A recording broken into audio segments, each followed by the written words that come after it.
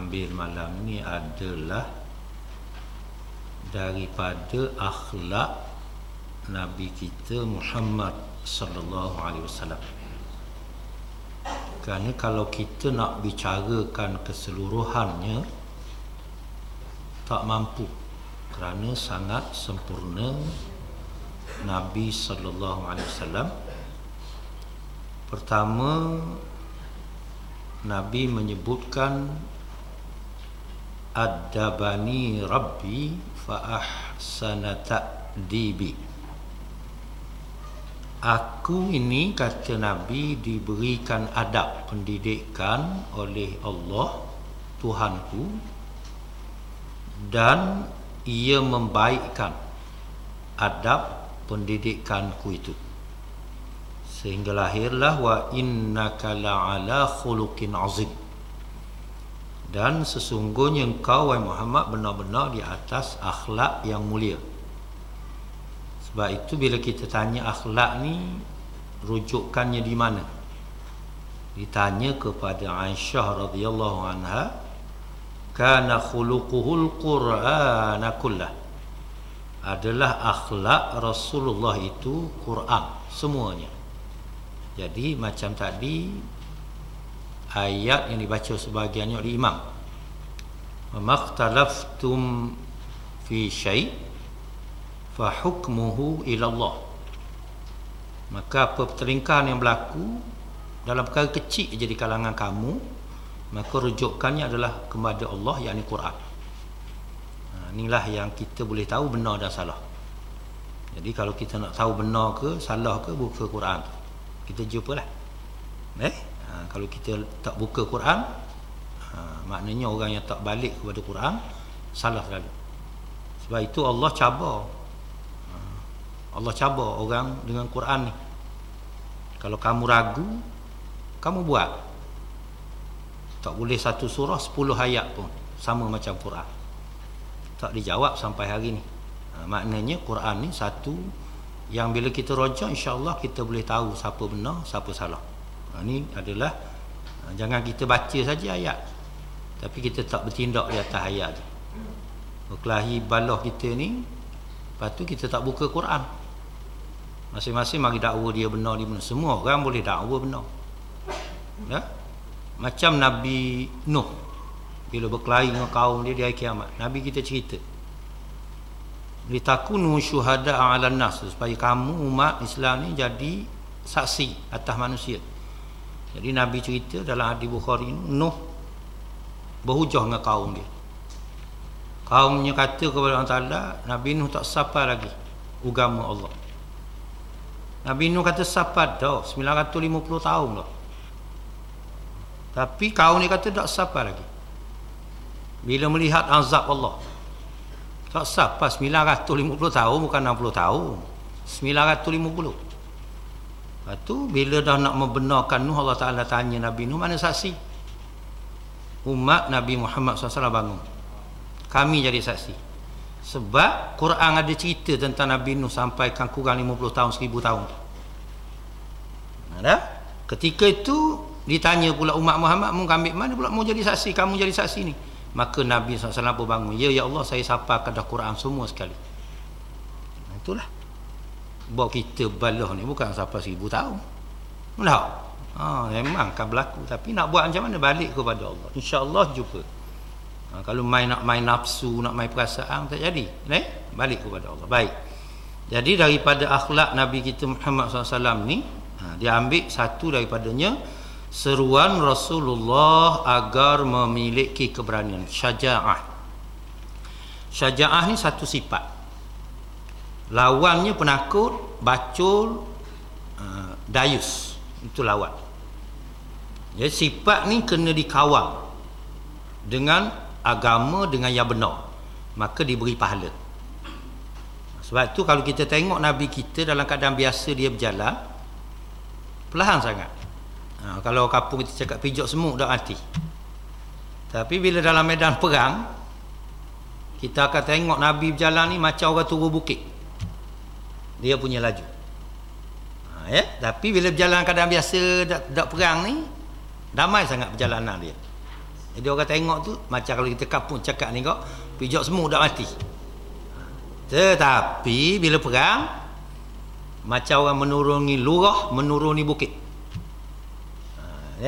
Dan tangan dia, kata Aisyah, tak pernah dia guna untuk pukul siapa apa, tak pernah guna, melainkan pada hak Allah. Satu dalam medan perang. Dan kerana dia hakim, maka dia letakkan hukum di situ. Orang curi, potong tangan tu lah, gitulah. Maka dia akan pakai tangan dia. Tapi pada lain keadaan tak dia pakai. Tapi di dalam itu dia timbul satu daripada sifat Nabi, syaja'ah, sangat berani. Ketika timbul berita Nabi sudah wafat, syahid dalam perang Uhud, semua sahabat berterpiaran lari. Nabi setelah pulih daripada huyuh-hayang jatuh dengan Ibnu Qami'ah lempar batu kepada dia, kena atas kepala dia.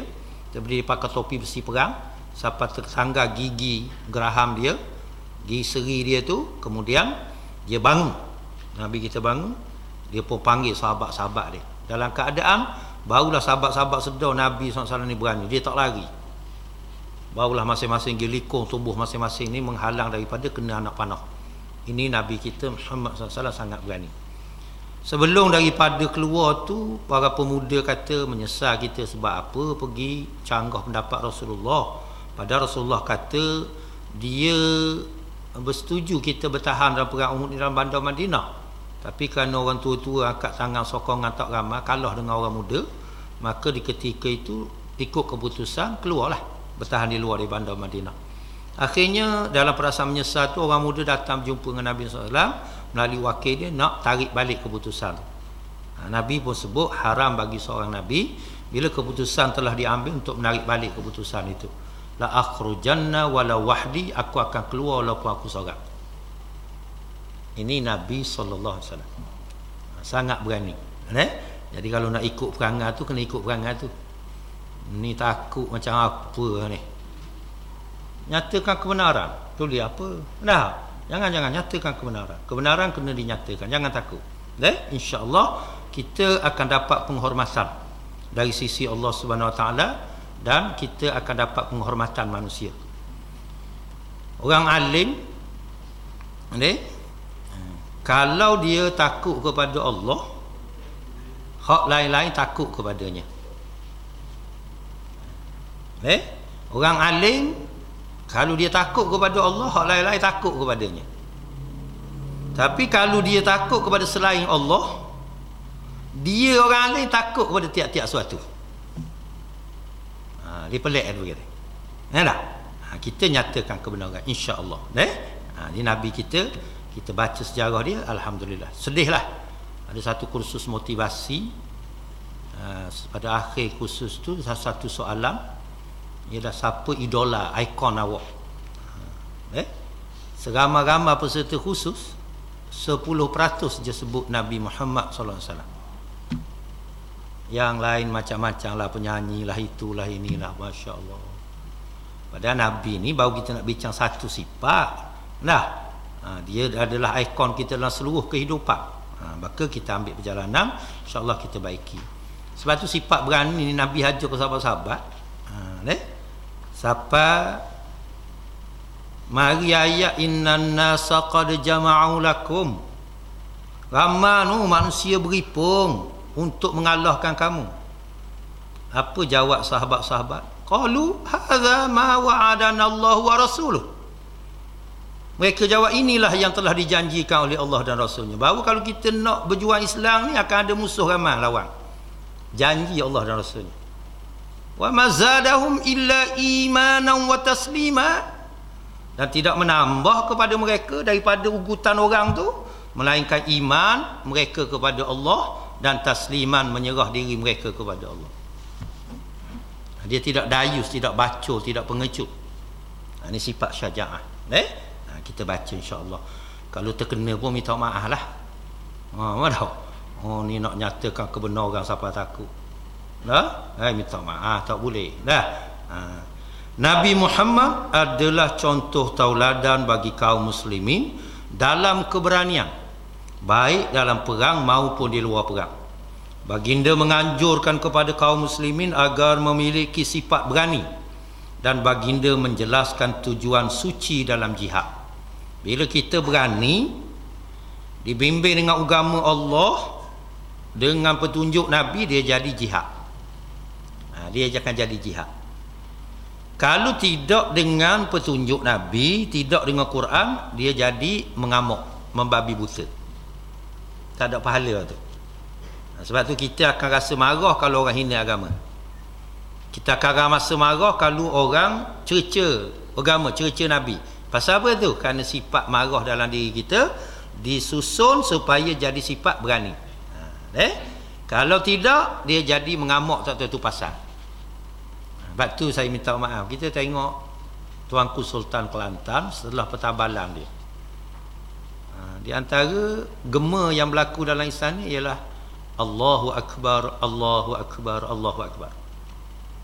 Tiada daulat tuanku, daulat tuanku, daulat tuanku. Bila lama masa dia buat press conference, wartawan tanya dia, kenapa masa pertabalan itu sebut Allahu Akbar? Allahu Akbar, Allah tidak sebut daulat tuanku. Dia jawab, kalau sebut daulat tuanku tak ada pahala. Sebut Allahu Akbar ada pahala. Jadi kalau hidup Melayu, hidup Melayu, hidup Melayu tak ada pahala. Allahu Akbar, Allahu Akbar, Allahu Akbar ada pahala. Itulah beza dia. Benda kecil je, tapi pahala di situ. Dia kata kalau daulat tuanku tak ada pahala, Allahu Akbar ada pahala. Lama tu. Doa yang boleh orang alim berdoa, akhirnya begitulah jadi Tuanku Sultan. Alhamdulillah. Kita dengar pun ya Allah, masuk dalam diri. Baru ni ada satu cerita, ada satu program di bawah kelolaan setengah tu, majlis agama ni tak berapa dengan kepimpinan tak belaga juga. Jadi dia sebagai menghadiri majlis, dia tanya pertama, mana Tok Guru? Menteri Besar. Ada yang nak jawab pasal tak jemput. Menteri Besar kena dijemput. Dia pun balik tak rasmi. Tak ada rasmi hari tu. Dia pun panggil, pasal apa jadi gini? Menteri Besar Kelantan ni dia Menteri Besar, mesti dirai dia dalam majlis. Protokol kan. Tuanku ada, dia kena ada. Mencorak raja-raja, dia kena ada. Kalau tidak, diwakil. Dia kena ada. Akhirnya tukar lah dia pakai. Tak pegang kawasan tu. Jangan main-main. Jadi hari ni Alhamdulillah sikit-sikit dia akan rojok. Inilah yang kita baca-baca dalam kitab, temu dah. Tapi kena berani menyatakan kebenaran. Jangan takut. InsyaAllah kalau kita nyatakan kebenaran betul, akhirnya kita tengok Tok Kenali sebagai contoh. Tok Kenali ni kalau Tuanku Sultan panggil, zaman dulu panggil, dia masuk-masuk, kalau dah dia lapar perut, dia jawab gitu, Tuanku patik lapar perut dah ni. Mana boleh makan sebelum daripada Tuanku? Boleh makan dia tak ada hal. Kerana apa? Dalam mang dia tu dengan Allah, maka Allah jadi buka pintu. Lagi makan dulu gitulah. Mana boleh kalau kira dalam majlis. Tapi kerana apa? Kerana hati tadi. InsyaAllah nyatakan kebenaran, tak usah takut. Baik. Jadi tujuan-tujuan kita bila mari keberanian, sifat berani ni apa dia? Jadi antaranya huraian Nabi SAW. Pertama, hakikat syahid. Apa sebenar-benar syahid tu? Syahid dengan makna kesaksian. Rasulullah SAW bersabda yang bermaksud, barang siapa terbunuh kerana membela harta bendanya, maka matinya itu syahid. Dan barang siapa yang terbunuh kerana membela darahnya, membela diri, maka matinya itu syahid. Dan barang siapa yang terbunuh kerana membela agamanya, maka matinya itu syahid. Dan barang siapa yang terbunuh kerana membela ahlinya, keluarganya, maka matinya itu syahid. Man qutila min duni malih fahuwa syahid. Man qutila min duni damih fahuwa syahid. Begitulah sehingga akhir. Barang siapa dibunuh tu kerana apa? Kerana dia bela harta dia. Bila orang masuk ropok lah rumah kita, curi lah rumah kita, kita lawan. Tak boleh benar dia ambil. Ni harta kita. Sifat marah ni melahirkan rasa nak tahan. Jangan ambil secara senang harta saya. Biar saya yang beri dengan sukarela. Saya ikhlas derma, saya ikhlas infak, saya ikhlas belanja beli. Kalau harga mahal tak patut, berdosa dah. Kita rasa nak marah. Lepas tu di antara ajaran Islam, tak boleh sembunyikan barang. Barang-barang keperluan nak tunggu naik harga mahal, kita sembunyi, maka berdosa sembunyi sebab nak ambil harta orang di luar daripada persetujuan pembeli. Jadi kita bahas anti sorok kan? Berkatnya akan hilang, dosanya akan datang. Maka kita pun marah. Marah tu betul. Kita pun lawan dia pasal dia nak ambil harta kita. Mati kita syahid di sisi Allah, syahid ukhrawi. Syahid akhirat. Ada? Kalau orang curi duit kita 200, kita marah. Curi duit negara 200 juta tak apa, guana gini kita. Biasa ya, dah padang kita ni. Biasa ya, perak sungguh. Dah. Kalau duit kita 200 marah, 200 juta lagi marah. InsyaAllah. Sebab apa? Sebab sifat bacur dah marah. Sifat dayus, sifat pengecut. Tak boleh, kena lawan. Siapa naik rumah lawan, kita lawan. Kita pula kena bunuh kerana darah kita bertahan. Syahid. Siapa terbunuh kerana bela agama, syahid. Siapa terbunuh kerana bela ahli, maka mati syahid. Sebab tu kita mudah syahid ke tak syahid ke, memali itu tu keluar semula dari isu ni. Galilah kubur tu sesam salah. Dalam parlimen masa tu Allah yarham Fadino ada lagi. Maknanya dah bila bancang balik memali ni tu banyak kali dah isu ni. Tiap-tiap kali pilihan raya kita semula isu ni. Lepas tu Ustaz Fadino jawab masa tu dalam parlimen. Dah bila pihak nak kata gali aku kubur. Dia kata kami yakin dah, tak payah gali. Kamu yang tak yakin kena gali. Kamu gali. Tak gali-gali pakai hari ni. Gali ya tengok. Kita yakin. Semalam saya di Shah Alam. Sudah pada kuliah tu dia ajak makan, dia ceritalah. Dia pergi, dia kata satu tempat tu jadi berbau wangi sangat. Memang orang mati syahid, dia wangi bau dia. Bukan ada apa, semua tanam belaka dah. Cuma ada satu peluru dengan ada cebisan daging lekat di peluru tu. Dia cari-cari celah dinding tu ada. Di situlah bau daging tu sikit tu, cebisan tu yang jadi wangi tu. Allah. Habis sesam salah. Gali ya. Tapi tak gali sampai hari ni. Rasa-rasalah orang kalau dia gali. Dah. Dia kena serah kereta kerajaan sebab mayat tu tak acur. Berani ke nak gali? Tak berani. Sebab apa? Sebab dia sebelum kita nak putus hukum, insya-Allah dalam senarai kita bincang sekarang, dia ada dalam senarai tu sifat syahid ni. Dia ada. Jadi kita selesai situ. Yang kedua, jihad paling utama.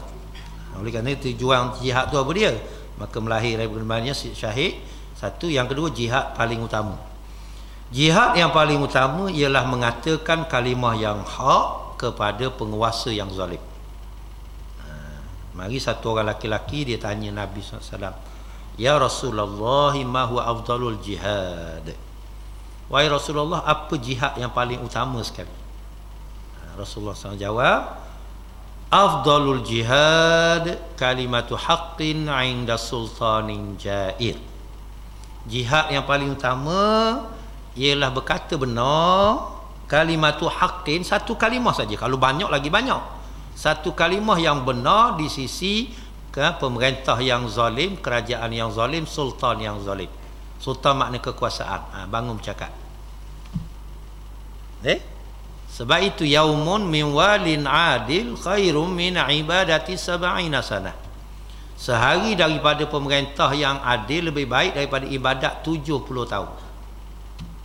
Hidup atas kursi dia tu adil sehari je. Kita ibadat tak berhenti retak ni 70 tahun, menang dia sehari tu. Besar tak besar ibadat ni. Lepas tu bila orang kata politik suku, agama suku ni, kena ada tanda soal lah. Takkan lawan Nabi. Tak? Nabi pun kata bangun nyatakan kebenaran tu. Di sisi bila nak boleh bercakap, kalau dia tengah bagi apa-apa kita pergi dalam dewan, kena halau kita. Kalau dia tengah ceramah kita pergi cakap, kena halau kita. Dari mana? Masuk dalam Dewan Undangan Negeri, masuklah parlimen. Masa belum jadi kerajaan, hantar wakil, biar dia bercakap. Di dalam dewan dia kebal, bilik kebal. Tiada boleh apa-apa dakwaan dibuat atas apa-apa ucapan. Nak juga ulang sekali lagi di luar baru sama. Gitu. Ini Dewan Undangan ni punya kuasa. Itu waktu ubik ketah apa pun dia tak nak bahas situ. Nak kata bunuh, mau bunuh orang, siapa? Kata lah. Tapi luar ulang lah. Kalau tak betul, dia sama. Dalam bilik kebal tu tak apa. Kata nak kata apa Raja Imam. Tak. Ada? Ini, tapi kena bercakap dalam tempat dia. Dalam majlis dia. Bangunlah menyatakan kebenaran tu. Kita nak nasihat, nak apa pun bangun. InsyaAllah. Baru ni dalam ucapan sikit je dalam dewan tu. Jadi bangun wakil ladang kita ni, dia sebut gini je lah. Dia kata Terengganu ni banyak bentang bajet ni, lebih pada 2 bilion 4 tahun ni. Tahun 2012 nak pakai tahun 2013. Jadi dah capur-capur semua dah 5 tahun. Kita ni dekat 10 bilion dah. Jadi kadang-kadang perbelanjaan kita ni kena tengok juga perkataan berkat. Tu je lah perkataannya. Bangun selalu, hak tu bangun, hak ni bangun, wakil ayat ni bangun. Apa kita kerajaan bawah ke? Kita ni lah, orang tak kata. Orang cuma kata tu kalau boleh kita tengok sikit perkataan berkat ni. Gitu je lah, bangun selalu. La ilaha illallah, orang tak kata pun ni berasa deras sangat. Tahu? Makna berkat ni sikit cukup, banyak sampai kepada matlamat menyelesaikan masalah rakyat. Tu berkat. Tapi dia kata tuduh kerajaan ni boros lah belanja. Kita tak kata pun. Wakil ladang pun bangun sekali lagi, dia lembut. Dia kata saya tak kata pun, saya minta kita semak perkataan istilah berkat ni. Tu je. Berapa bangun. Terus orang takut ni. Oi, ya Allah. Salah sebut sikit bangun marah selalu. Ada? Baik. Kena sebut tu. InsyaAllah. Kalau Allah izin sebahagian kita esok jadi wakil rakyat. Kalau merintah senanglah. Pasal kita terpaksa wajib jalankan tugas sebagai pemerintah. Tapi kalau takdir kita tak merintah, duduk di pihak pembangkang, kena bercakap. Salah satu daripada sifat kepimpinan, bila dia jadi wakil rakyat, dia mesti boleh berucap. Di dalam parlimen tak apa kita berucap pakai teks. Mana kita reka sebelum berucap, esok hari ni kita tulis, kita boleh baca. Di dalam Dewan Undangan Negeri tak boleh. Saya tak tahu setengah Dewan Undangan Negeri mungkin lain peraturan dia. Kalau macam Terengganu tak boleh. Kita hanya boleh jot point saja, tulis point saja. Kita nak rojok kepada kertas layar akhbar tak apa. Tapi nak baca tu tak boleh. Tapi ramai di kalangan pimpinan wakil rakyat kerajaan yang ada sekarang di Terengganu, dia baca teks. Yalah, menunjukkan tiada persediaan untuk memimpin kerana tak biasa berucap. Jadi apabila pergi masuklah majlis, yang patut tak boleh berucap guna tulis kitab kita tu, dirojok kepada kertas tu. Padahal kita hanya boleh menulis poin-poin saja. Rojoklah kepada akhbar apa tak apa, tapi menulis poin-poin maklumat mana pun, cuma kena berucap macam kita berucap ceramah tu. Tapi tak berlaku gitu. Sebab apa? Sebab nama ni kadang-kadang ramai orang ni ada ni, dia ni, akhir terpilih orang ni tak biasa naik, timbul salah.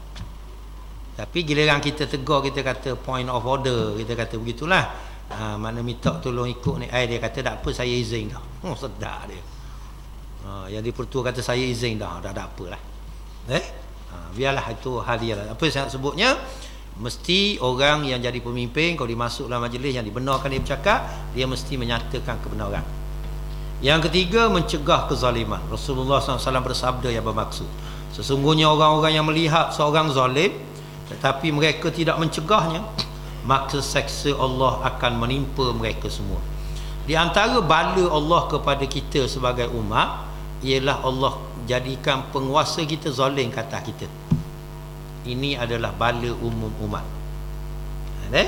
Sebab itu jangan doa orang zalim panjang umur.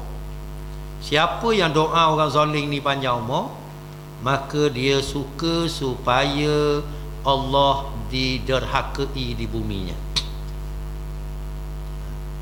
Lepas tu saya pandai-pandai tengoklah. Saya nak ajar belaka pun payah juga.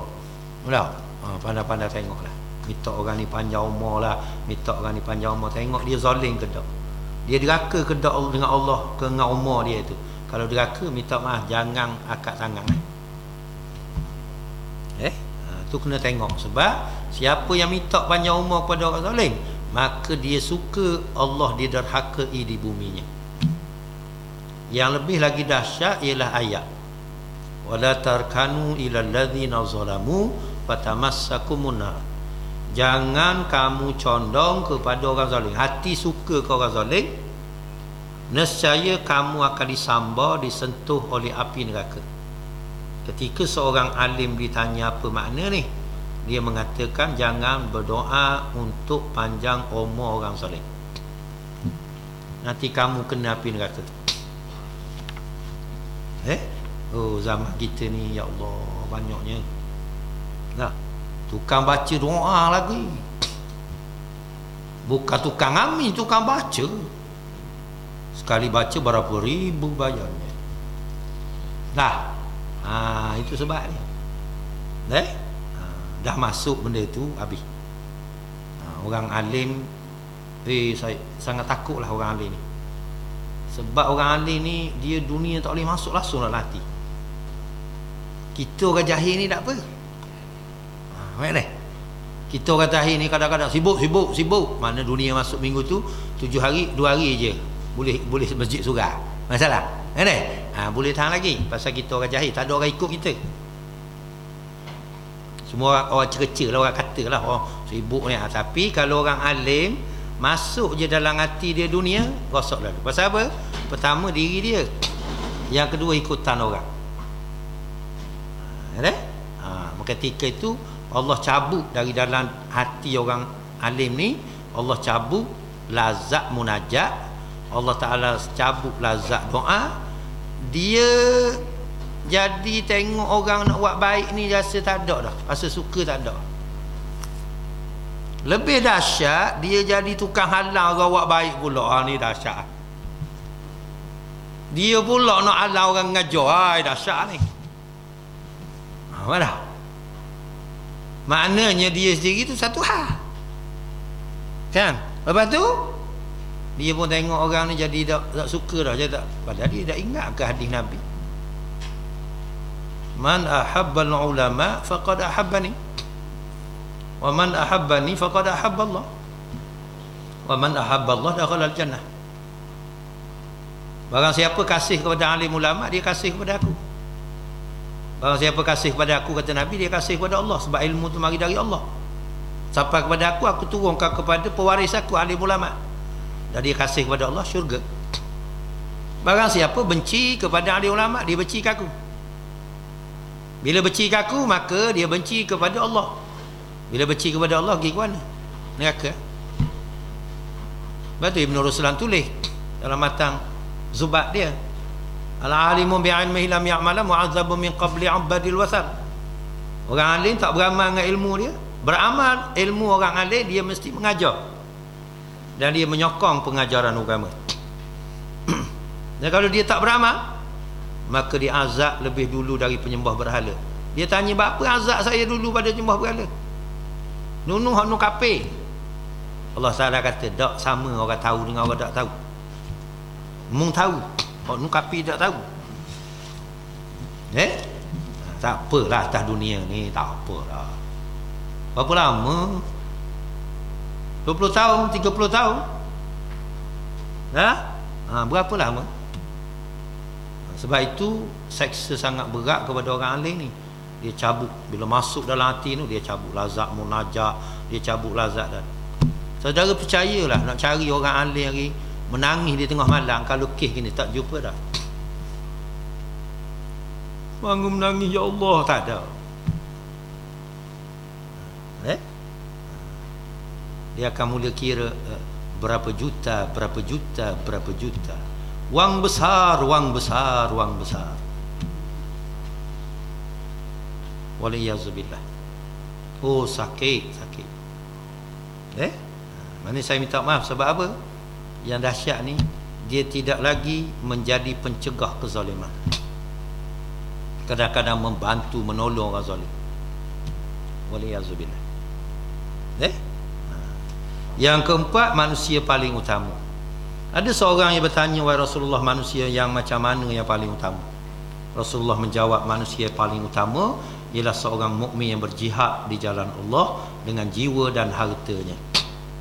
Balik rumah, kita buka ayat dalam Quran tu, kita akan jumpa ya. Hak ni terang-terang butik 88 surah Taubah. Balik sekarang buka, baca makna. Sebab kalau kita tengok Quran saja dengan tak baca makna, tak faham. Orang Arab walaupun dia tak faham tafsir, tak faham apa, dia nak fahami benar Quran ni kena dengan tafsir lah. Tapi insya-Allah secara asas dia baca tu dia faham tak. Sebab tu kita tidak akan berjumpa orang Arab bila sebut azab neraka kata tayyib, bagus, tak ada.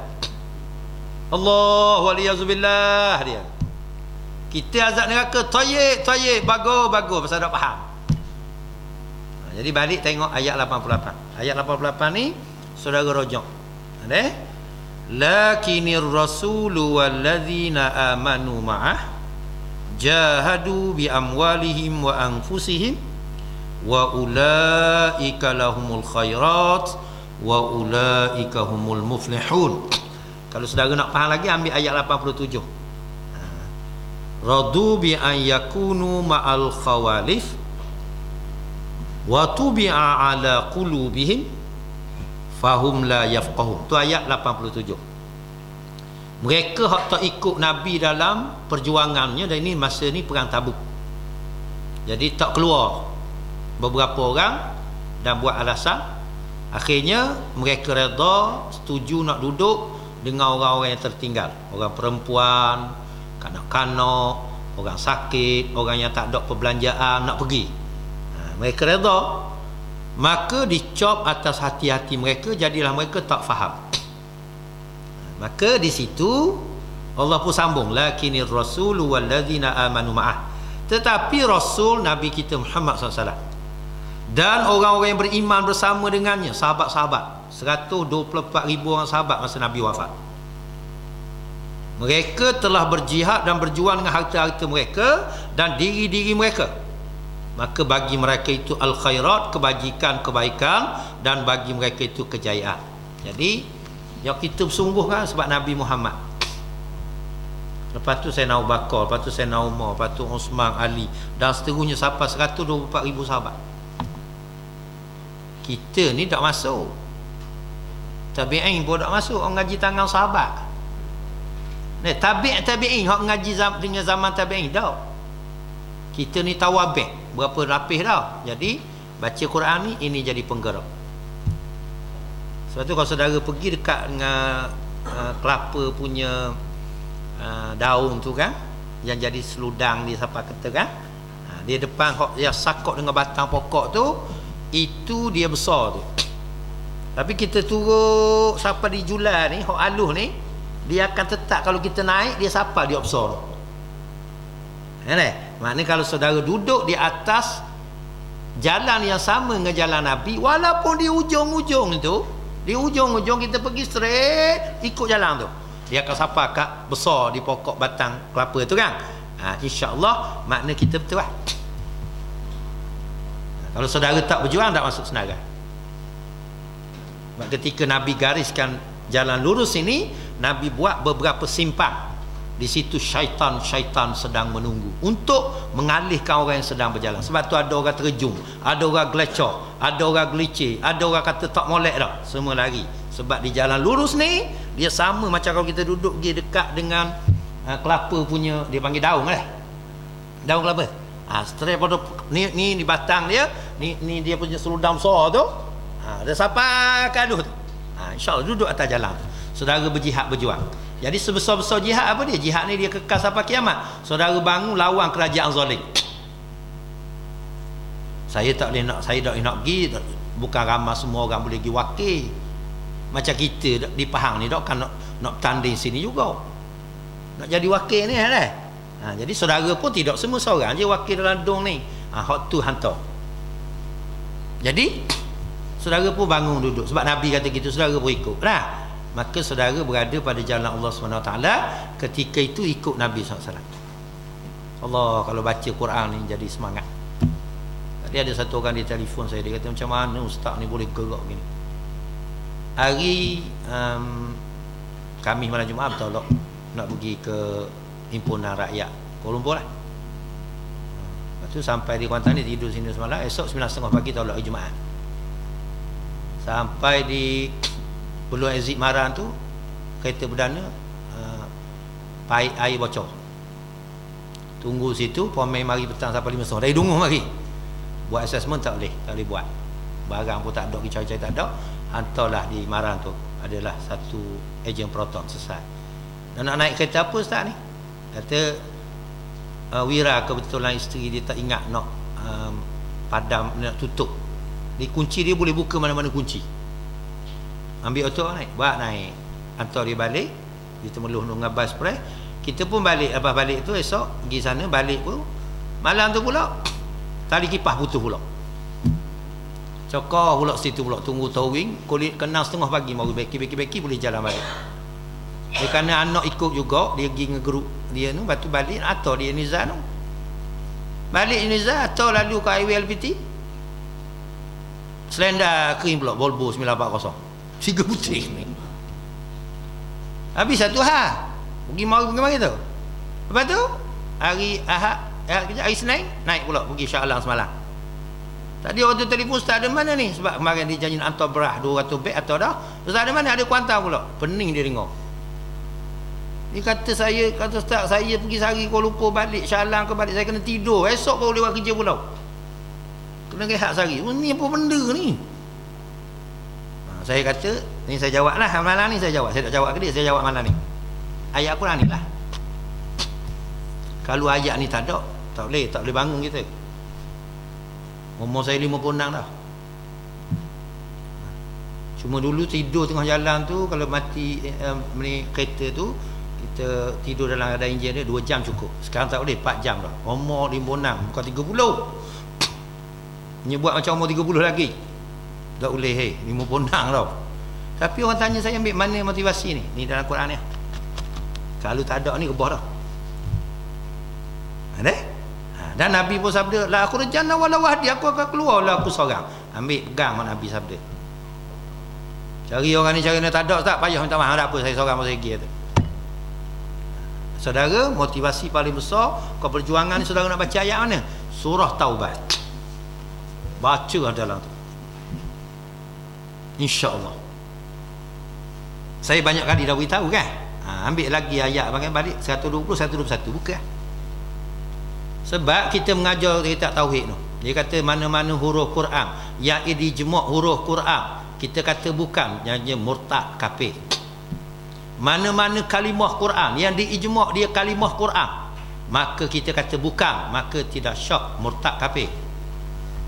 Ayat 120. Maka li ahli al-Madinati wa man hawlahum minal a'rab an yatakhallafu ar-rasulillah wa la yarghabu bi anfusihim an nafsihi dzalika bi annahum la yusibuhum zama'un wa la nasab wa la makhmasatun fi sabilillah wa la yata'una mauti an yaghizul kuffar wa la yanaluna min aduwwin naila illa kutiba lahum bihi amalun salih. Ni kalimah jelas, 2 kalimah. Amal soleh sejelas. Tidak patut bagi penduduk Madinah dan yang berada di sekitar Madinah dari kalangan orang Arab Badawi bahawa mereka tertinggal daripada mengikuti Rasulullah di dalam perjuangannya. Demikian itu tidak patut mereka tertinggal dan mengasihi diri mereka lebih daripada diri Rasulullah. Rasulullah bersusah payah untuk tegak agama. Kamu nak berehat, tak patut. Maka sebab apa?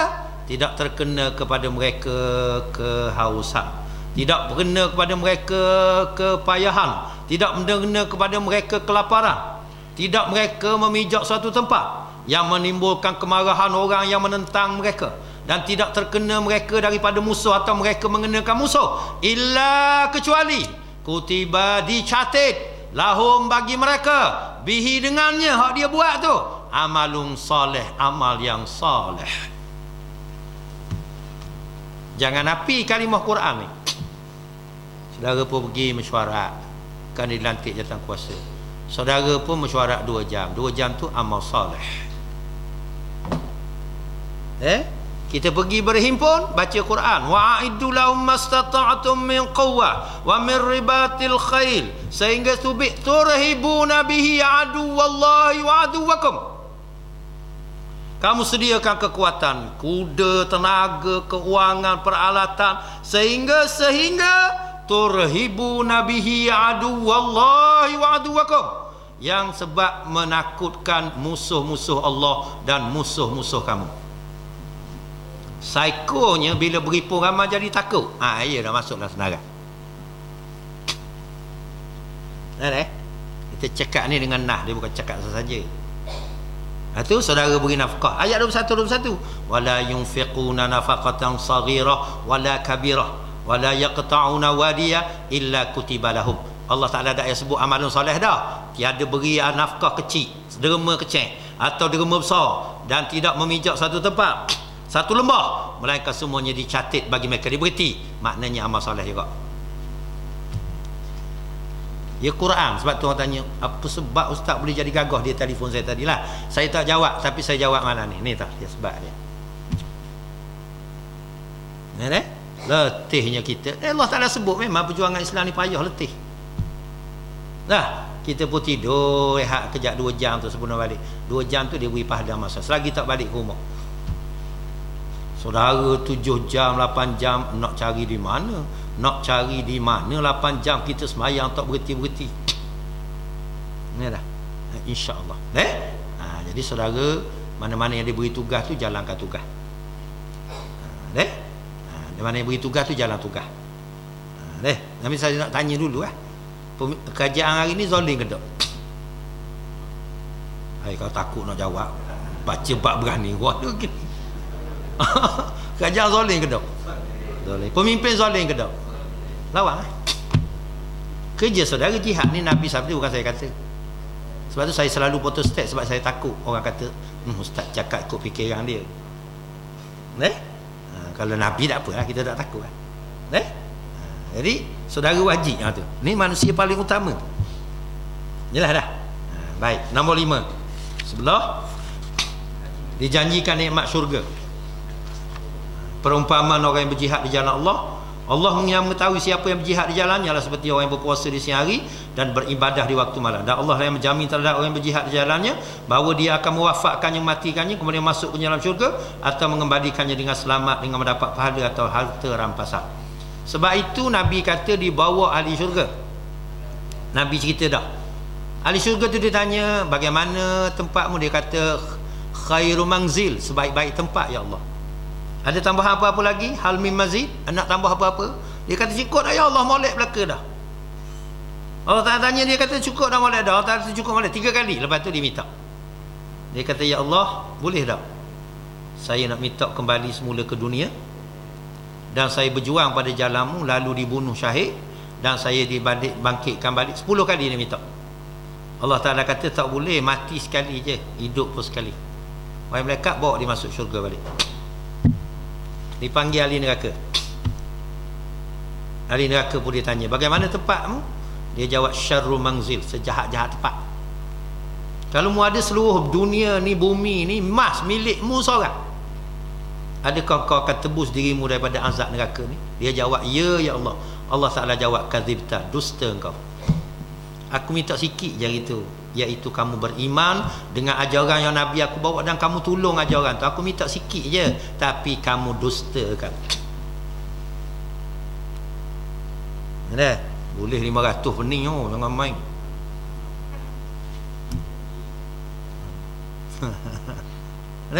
Allah Ta'ala jawab, kadzibta, wahai malaikat, bawa masuk balik neraka. Sadiqul masduq, Nabi kita, dia benar lagi dibenarkan perkataan. Ambil molek. Yang ke-6, ditinggikan darjat. Rasulullah SAW bersabda yang maksud, sungguh dalam syurga ada 100 darjat yang disediakan oleh Allah SWT untuk para pejuang di jalan Allah. Jarak antara satu darjat dengan lainnya adalah seperti jarak antara langit dan bumi. Yang ke-7, ganjaran pahala yang besar.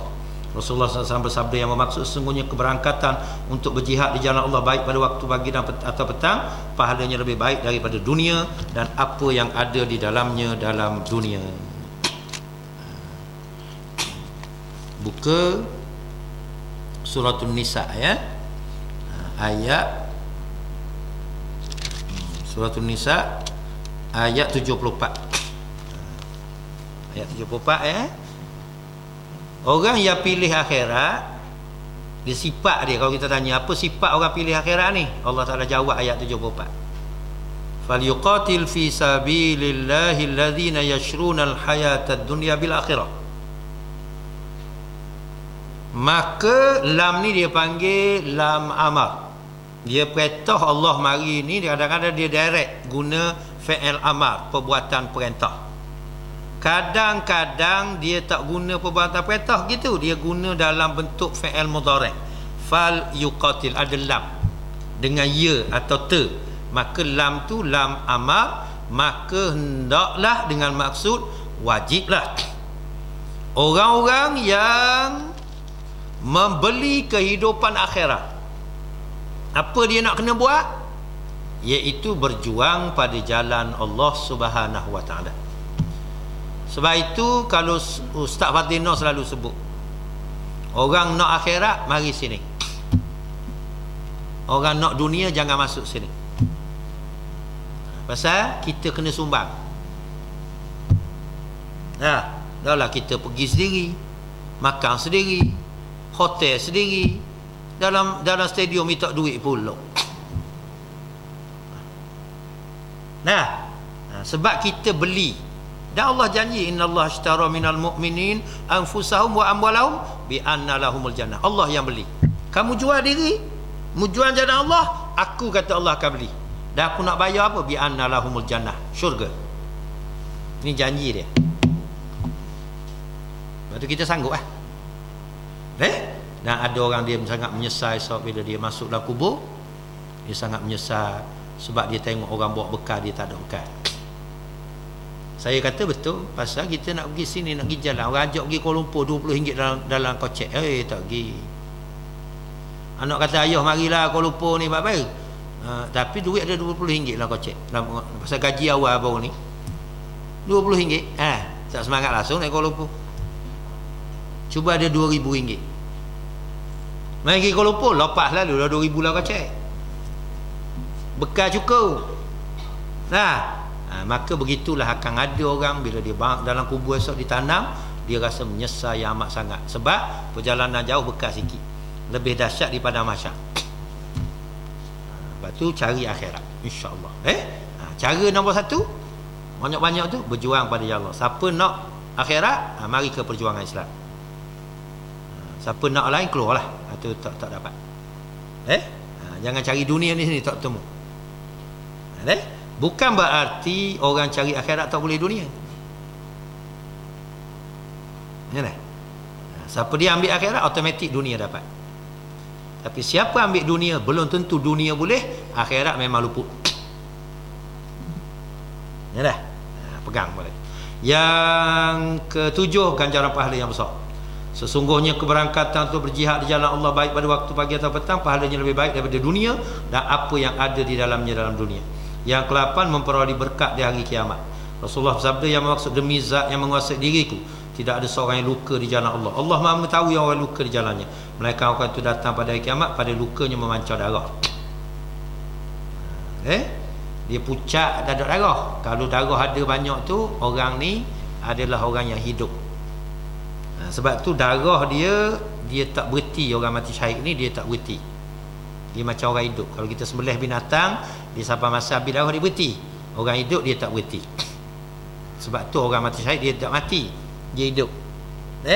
Yang kedua, warnanya warna darah esok, dan tetapi baunya harum seperti kasturi. Yang ke-8, hakikat jihad. Rasulullah SAW bersabda yang bermaksud, ada seorang lelaki datang kepada Nabi SAW berkata, ada orang yang berperang untuk memperoleh harta rampasan, ada pula yang berperang untuk mencari nama, dan ada lagi yang berperang supaya nampak kedudukannya. Maka riak. Maka siapa yang berperang di jalan Allah? Nabi menjawab, siapa yang berperang di jalan Allah supaya kalimah Allah mulia, orang itulah berperang di jalan Allah. Nabi pun beri satu keputusan, man qatala li takuna kalimatullahi hiyal ulya fahuwa fi sabilillah.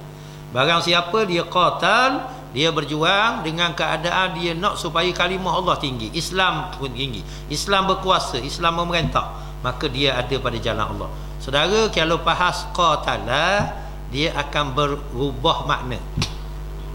Sebab tu kita kena ambil, sebab Nabi orang Arab, bila Quran dia bahasa Arab, Nabi bersabda pun bahasa Arab, maka qatala ni bukan dengan makna satu makna siapa yang berjuang, bukan. Kalau qatala ada alif, tidak ada alif, dia asal fi'il madhi ni 3 bahasa Arab mula. Qatala begitu bunuh satu pihak saja. Kalau qatala dia jadi 2 pihak. Ada orang, mana kalau kita cakap asal bahasa makna dulu. Ada orang hak kita nak bunuh, ada orang nak bunuh kita.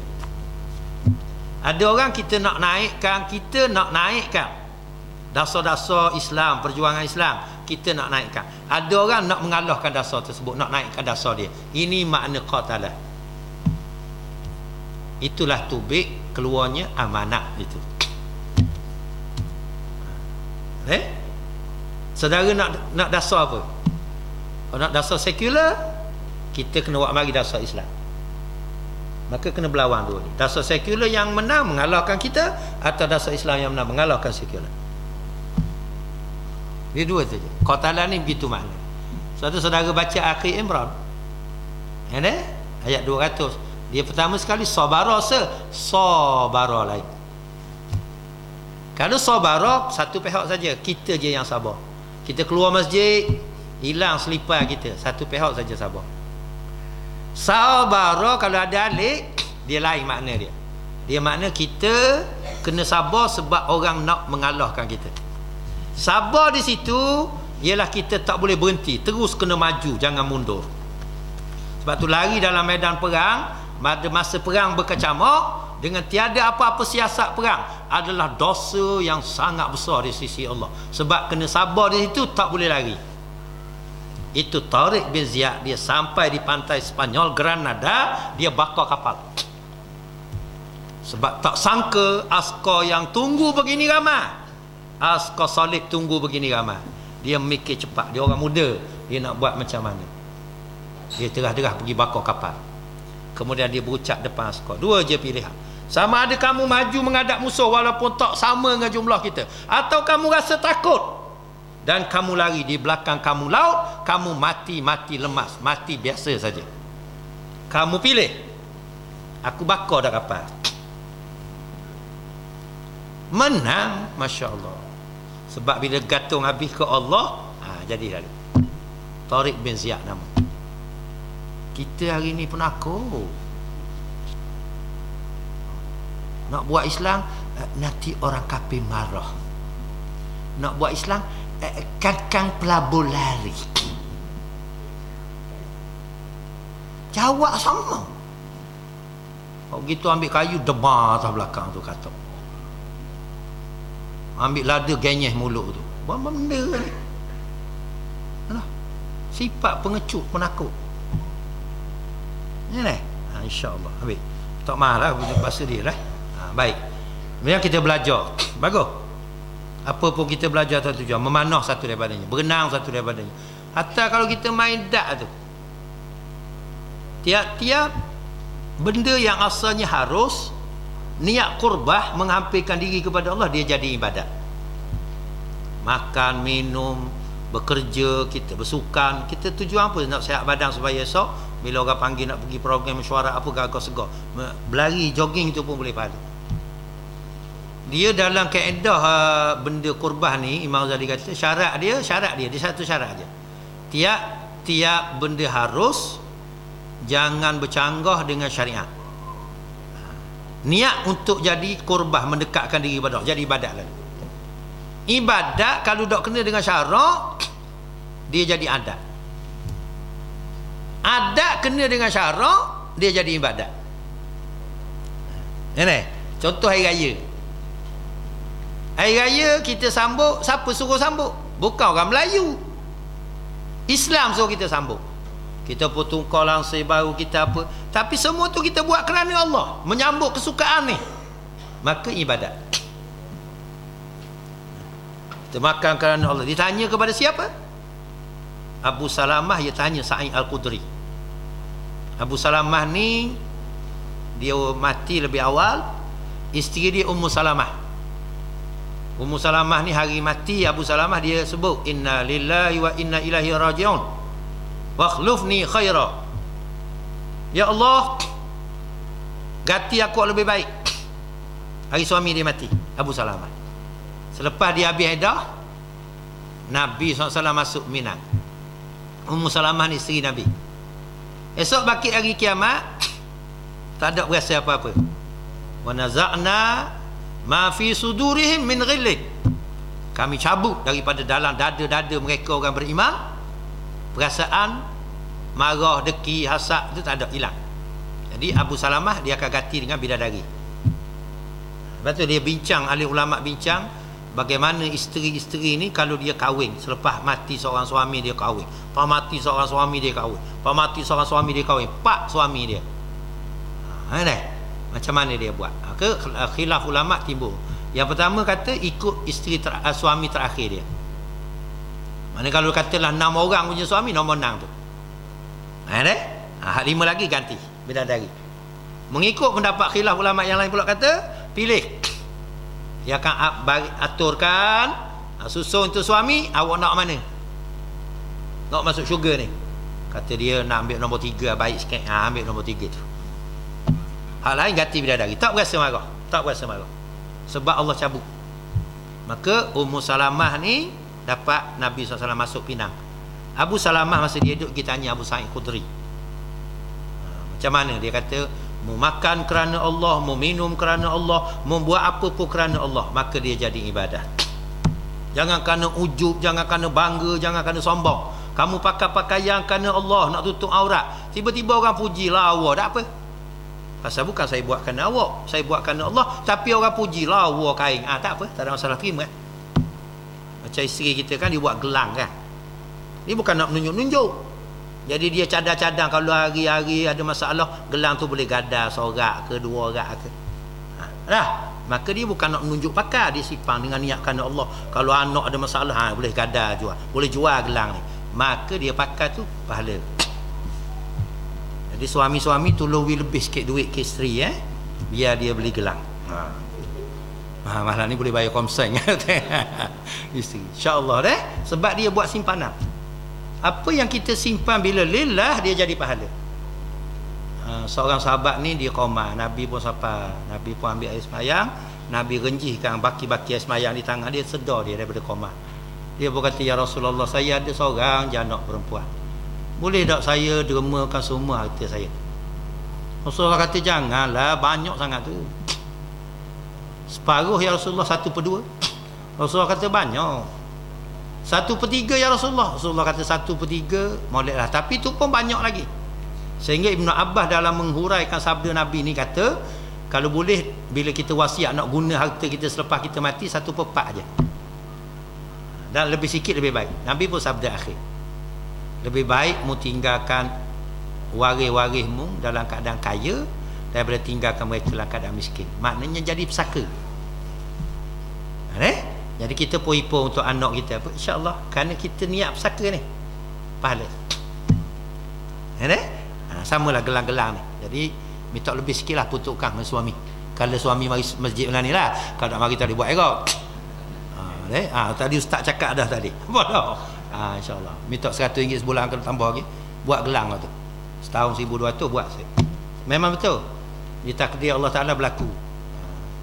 Ustaz ada tak tepat nak hutang duit ni, kata, minta maaf, kita kena buka ayat Quran, kata tak boleh sekarang kita nak pergi jumpa orang itu, tak boleh, dia kena ada gadayang, ada jaminan pegang.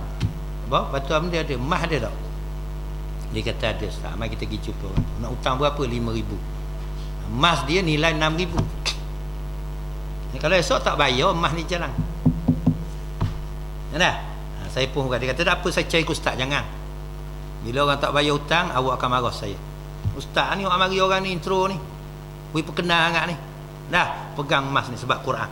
Ayat 282 suratul Baqarah. Ayat yang paling panjang, dah duduk dalam surah yang paling panjang. Hak kita baca dulu, babak lembu. Bukan lembu ni, lembu Bani Israel itu. Akhirnya dia pegang emas. Emas tu masa tu harga 6,500. Hutang 5,000. Jadi kalau tak bayar, awak diberi pilihan. Kita cerita lalu dalam tu.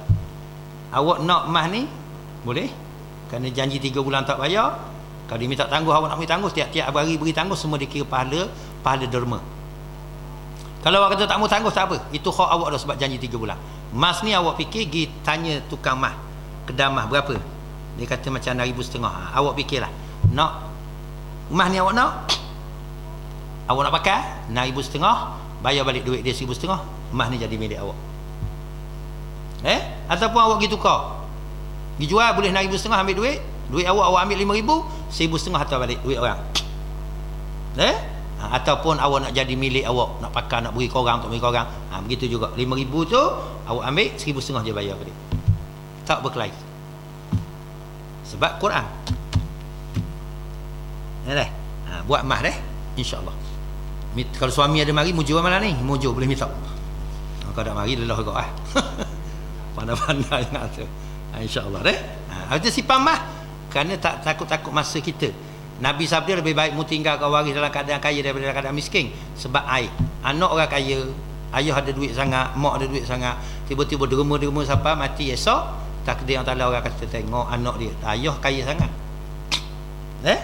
Insya-Allah tak ada salah. Berikan anak ni, kan tak ada salah. Jangan salah. Insya-Allah kalau kita betul niat, berkat tu akan dapat selepas kita mati.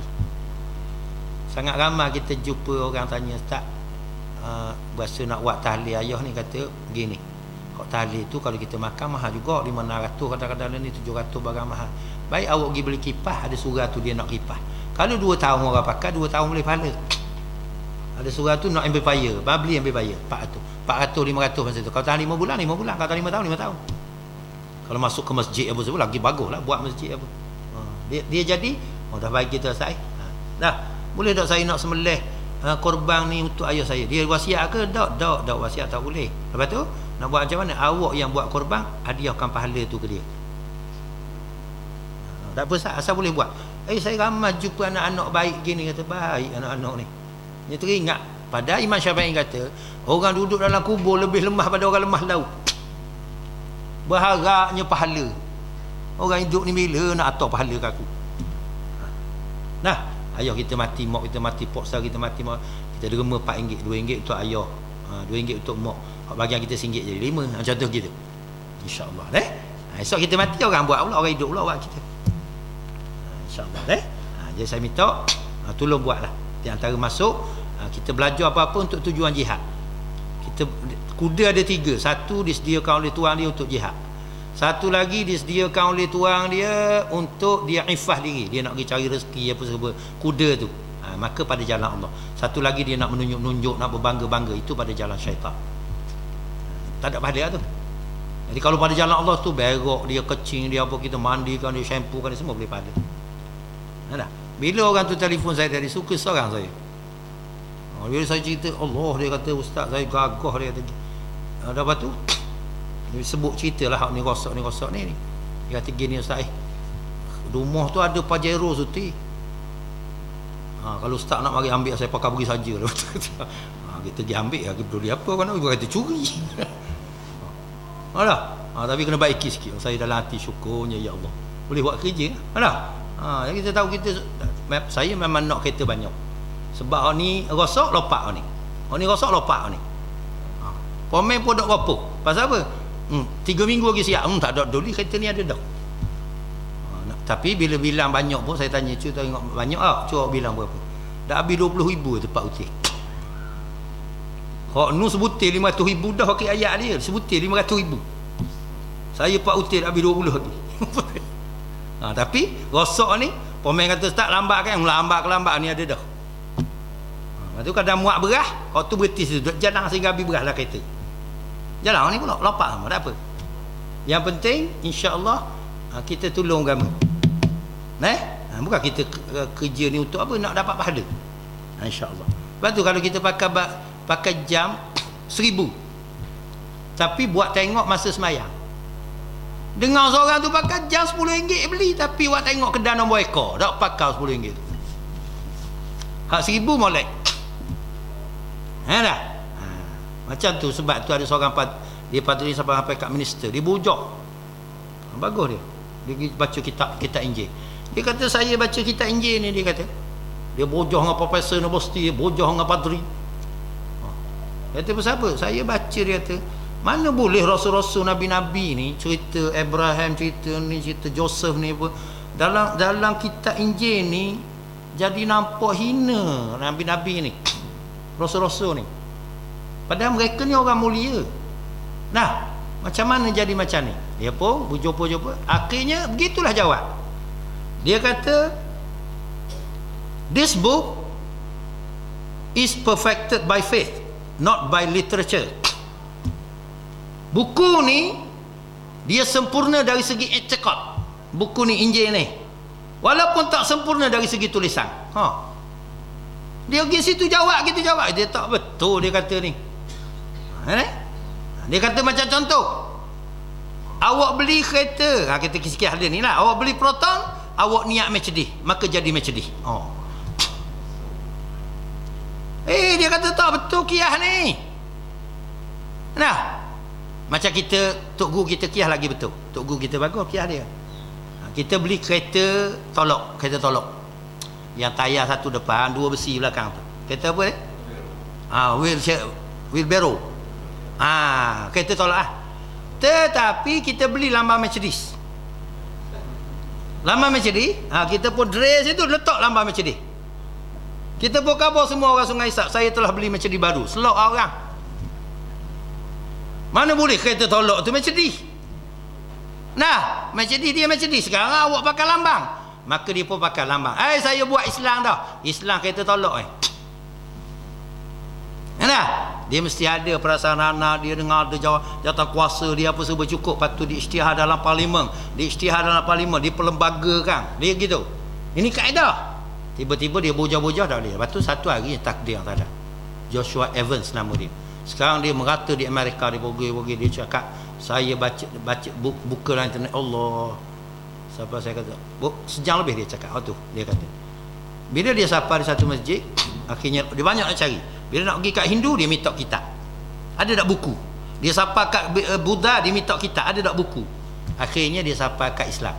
Akhir sekali. Panjang ceritanya, dia kata, ada tak? Dia, Tok Imam nak beri pamphlet ke dia. Saya tak ambil pamphlet ni. Saya erti baca. Ada buku tak saya nak tanya? Tu je sutik. Kata Imam tu, adalah Quran. Kami ada buku ada. Quran. Beri Quran. Saya balik baca. Mula-mula dia cari Nabi Isa. Dia nak tengok ambil Quran kata Nabi Isa ni. Terjemah Inggeris jumpa dah. Betul. Sebab Nabi Isa boleh cakap masa kecil, bebaskan mak dia daripada zina Siti Maryam. Dia pun baca, nama ni Ibrahim, raja dengar ni. Bila terjemah jadi Abraham, dia tak nama Ibrahim dalam Arab, Ibrahim terjemah Abraham bahasa Inggeris. Joseph, Yusuf, raja dengar nama ni. Dia baca satu-satu jumpa dah. Dan yang dia sangat tertarik, dia kata Quran ini mencabar. Wa in kuntum fi raibin mimma nazzalna ala abdina fa'tu bi suratin min mithliha fa'tu bi suratin minha aw mithliha. Quran cabar kan. Dan pada ayat lain cabar pula, minta 10 ayat. Kalau tak ada satu surah pun. Dia kata Quran ni betul. Dia pun tukar terus. Menangis dia malam tu, kira dia baca, dia belum masuk Islam lagi. Menangis dia. Aku cari di sini baru temu. Menangis dalam bilik dia. Lepas tu dia pergi tengok orang semayang. Dia tengok orang semayang. Inilah betul cara ibadah, kata dia. Sebab inilah cara menyembah Allah Subhanahu Wa Taala, bukan cara lain. Tak ada apa susah. Tapi terkejut saya, Quran ni dia menjadi bukti. Benda tu ada dengan kita. Dia kata dengan orang Islam, orang beriman, mengapa kamu lari daripada Quran? Kamu ada permata yang sangat berharga, mengapa kamu tak ambil? Boleh selesai semua masalah. Dia menangis, dia tak tidur yang malam tu, menangis. Sebab dia cari situ, cari sini, cari situ, cari ni. Dia bertemu dengan Quran. Saya kata, ya Allah, orang sampai mereka hampir jadi minister dah. Minister ni padri besar lah. Tapi boleh, insyaAllah deh. Kita pula nak tolak Quran pula, habis. InsyaAllah. Yang ke-11, nikmatnya syahid. InsyaAllah Rasulullah SAW bersabda yang jika sekiranya aku tidak akan menyukarkan umatku, tentu aku tidak akan duduk di belakang pasukan dan aku ingin terbunuh di jalan Allah. Lalu aku, kata Nabi, hidup lagi, kemudian aku terbunuh lagi. Dia gini. Ada masa Nabi kita sendiri, kalau ni pasukan, Nabi hidup depan. Ada masa itu ghazwah. Ada masa Nabi hantar pasukan, Nabi duduk di Madinah, terbih. Yang mengetui sahabat dia. Dia lantiklah orang tu orang ni. Ni maksud dia. Aku kalau boleh, kalau tak menyukakan umat aku, nescaya aku akan duduk di depan. Jadi Nabi kita punya perang dalam masa zaman dia 82 kali. Saudara bayang kalau 9 kali setahun, dia hidup 10 tahun di Madinah. Tahun kedua mari hukum perang, ya, difardukan perang. Jadi kita letak 9, 82, 54 campur 28, 82.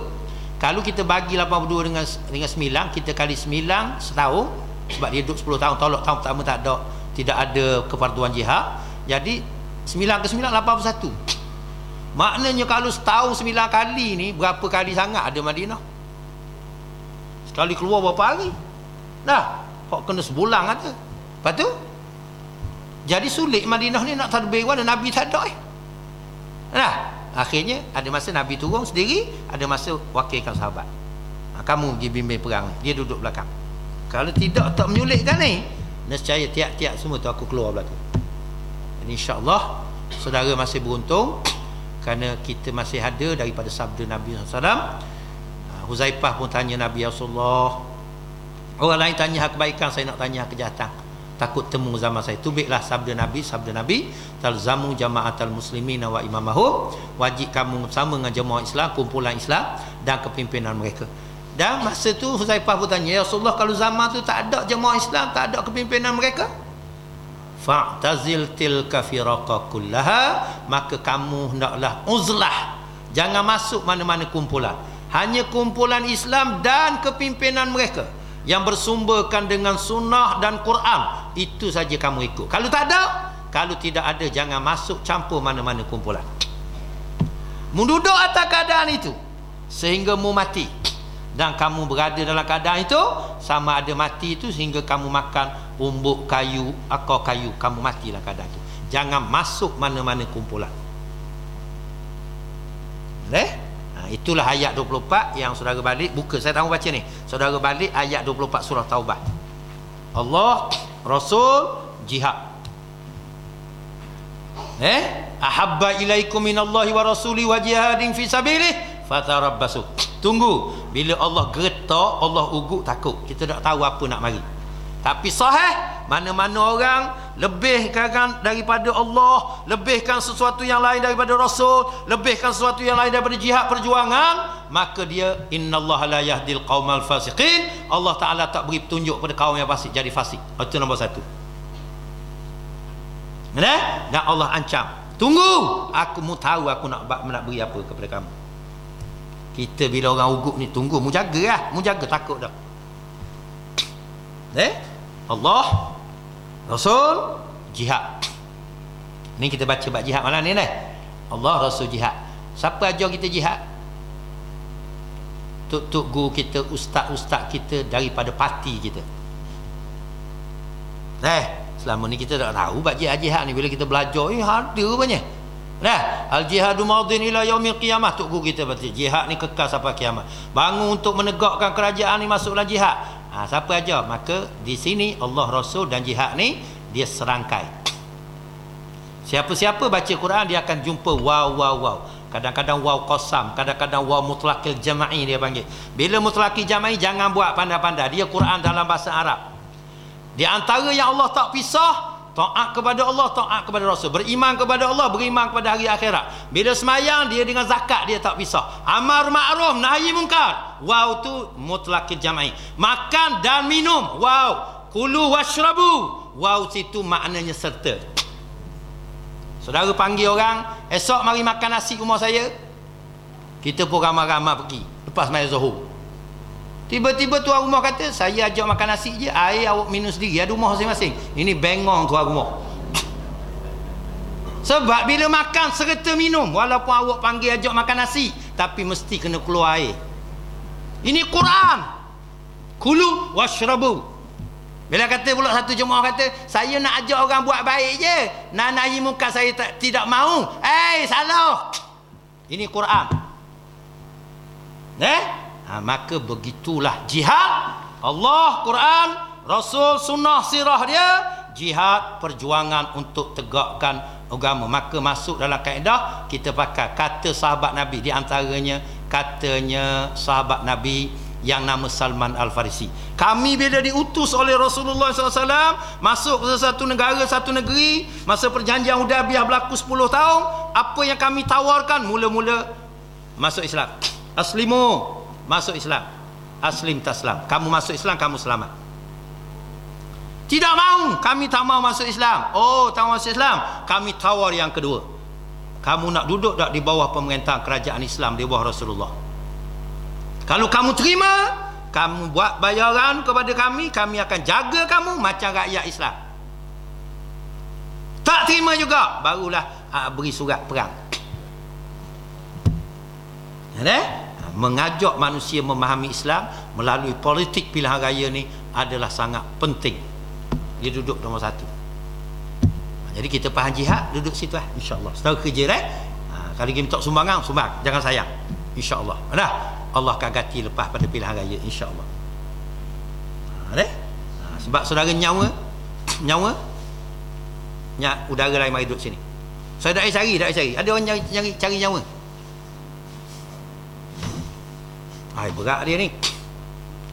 Sebab dah ayah cari, dia kata ulama kita tulis, dia kata udara yang kita masuk Allah ganti pula situ. Kita seduk, dia ganti pula situ. Duit kita sumbang untuk perjuangan, insya-Allah dia ganti lain pula. Duit kita bersama, dia ganti lain pula. Insya-Allah deh. Jadi tahun ni hot ni saya takut mari sebut ni sebab takut pilihan raya. Kalau pilihan raya itu kerja pilihan raya lah. Saudara sumbang sebanyak-banyak, kerja sekuat-kuat, insya-Allah mudah-mudahan dengan izin Allah SWT jatuh kerajaan-kerajaan zalim ni, insya-Allah. Pusat dan negeri dengan izin Allah SWT. Orang nak marah, saya nak khabar betul. Zalim tetap kena kata zalim, dia adil tetap kena kata adil. InsyaAllah kita nyatakan kebenaran. Mudah-mudahan jatuh kerajaan ni mudah kita letak. Esok naik pula kerajaan ni, kita tengok tak molek. Kita ada kuasa, kita boleh jatuh dia pula. Selalu saya ni minta maaf, saya sebelum orang kampung kata pergi kampung-kampung ni, tak boleh Ustaz, dia duri. Kita tempoyak, kita ni timun. Kita pergi kat dia, luka kita pasal timun pergi lawan duri-durian. Dia mari golek kat kita lagi teruk. Saya pun kata berapa hari durian tahan berapa hari? 4 atau 5 hari dia ngekoh. Mengekoh jadi apa? Dia jadi tempoyak. Kita ambil buat tempoyak lah. Masa tu kerah kulit timun daripada tempoyak. Ni nak masuk 5 tahun lah, akak tangan lah, kenal orang dah lah. Dah jadi poyok dah ni, tak ada duri dah, kuasa tak ada dah. Gagi kita cicah dia gagi mari pilihan raya. Esok tanya kerajaan baru, tak tugas juga. Siap amu pula esok. Barulah jadilah tiap-tiap kerajaan takut ke rakyat. Dan situ rakyat akan dapat manfaat yang sangat banyak, insya-Allah. Allah alam. Saya minta maaf banyak. Wabillahi taufiq wal hidayah. Wassalamualaikum warahmatullahi taala wabarakatuh.